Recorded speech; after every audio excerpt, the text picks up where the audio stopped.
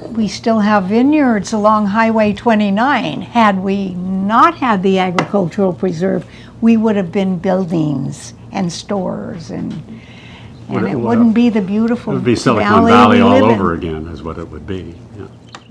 Hi, I'm Ren Harris. This is my wife, Marilyn. We own and operate Paradigm Winery in Oakville, and we've been married going on 56 years. Oh my God. Oh my God. That long? Oh dear, I'm not that old. I must have been a child bride. You were a child, yeah.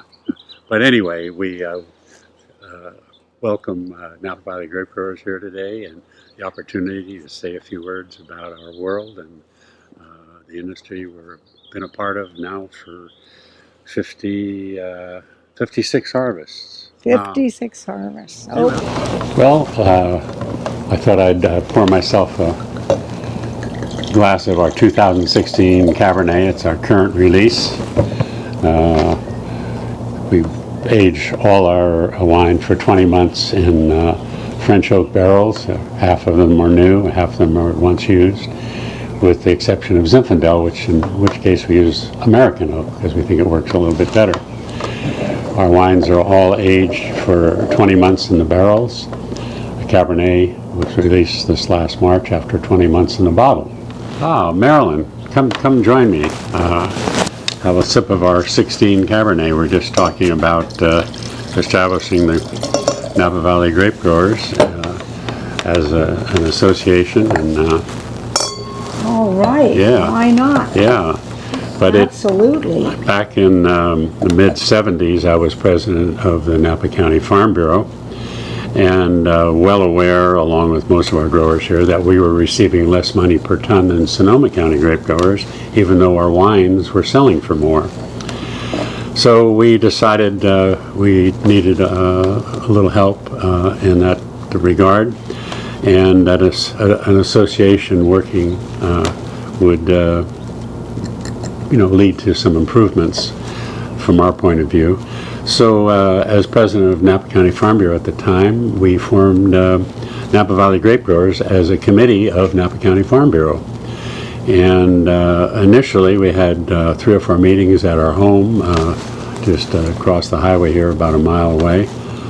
And some of the fellows at those meetings would have included Andy Beckstoffer, Ed Westgate, Virgil Galleron, John Shafer, I'm forgetting. Gene Trefethen, maybe? Yeah, Gene Trefethen would be one, John's father. And some others I'm probably forgetting. Ed Bavelli, I suspect, was there. But anyway, we met and decided we needed a new organization. You know, the thing that I find interesting is in that era, farmers were very busy just doing their thing, which was their vineyards and their cows or their prunes, and they didn't have time to organize. They didn't have time to come together, and it was pretty fascinating because I think we were all of maybe 25 or, well, I mean, we were young. We were young, 25, 27, something like that. And most of these men were older than we were, and although some were younger. But it was fascinating because they all decided it was time to try to do something for the business, for the wine and grape business. And it was wonderful. The chief instigators were myself and Andy Beckstoffer. He was the only one even close to our age, even though he's a little older than I am. But anyway, most of them were real old timers. Most of them older than my parents, to be honest.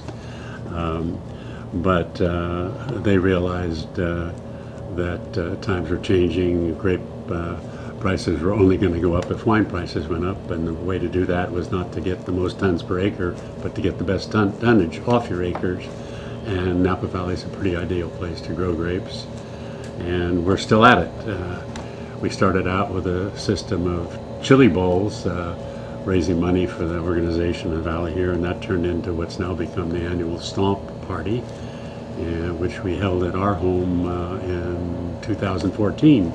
And a couple hours after the party was over, we had the famous earthquake, which Okay, well, my Italian grandparents had a vineyard in Calistoga in 1898, and they farmed it for many years, 50 acres, and my father was doing the work. He was doing everything that happens in the vineyard, and when he got married, he moved to Oakville, and then he moved to Yountville, and we purchased part of what was the George Yount land grant off of Yount Mill Road, and he was always in agriculture, and we got into the grape business in the 60s. I grew up picking prunes and plums, and we had a dehydrator on the property, and a dairy. We got in the wine business, and then we got married, in 65, and moved up here in 68, and we just kind of evolved into what is farming, and we love it. Yeah, I grew up in San Francisco. I'm a sixth-generation Californian, back to when it was part of Spain, actually. But Marilyn went to a girls' boarding school down there. We were introduced by a mutual friend back in 1958. We were both in high school at the time. We were married in 65. A couple years later, moved up to Napa Valley. I abandoned the construction business and had some money left over from a house we had fixed up and sold, and that's how we got involved with the prune orchard. And then started learning things on the job, and also took some formal education. Picked up some rudimentary Spanish, and been at it ever since. And at the time when I first came up, it would have been 64. I think there were 11 wineries and 3 co-ops, and we're now no co-ops and about 500 wineries. In fact, we were members of the Napa Valley Co-op, another board of directors I was on once upon a time. I got to be on a first name basis with Giulio Gallo, as a matter of fact. Quite a nice gentleman, by the way. But anyway, it's been quite a run. Had a lot of fun in the process, and we. It has. In 1966, when Robert Mondavi started the winery, that kind of really started this sweep of becoming an industry of note. He was a first new inveterate salesman. He did a wonderful job for the industry. The thing that really launched Napa Valley and kept it intact was the Ag Preserve. That was 68. That was in 68. Marilyn's father was a planning commissioner, in fact, who voted in favor of it back in 68, which was quite controversial at the time. We lost a lot of friends. Well, friends. They got over it. They got over it. Now it's looking pretty good. But that is really what kicked it off, and that got litigated all the way to the Supreme Court, who refused to hear the case to overturn it, and so here we are today, and we still have it. We still have vineyards along Highway 29. Had we not had the agricultural preserve, we would have been buildings and stores, and it wouldn't be the beautiful It would be Silicon Valley all over again, is what it would be. Yeah. Mm-hmm. So.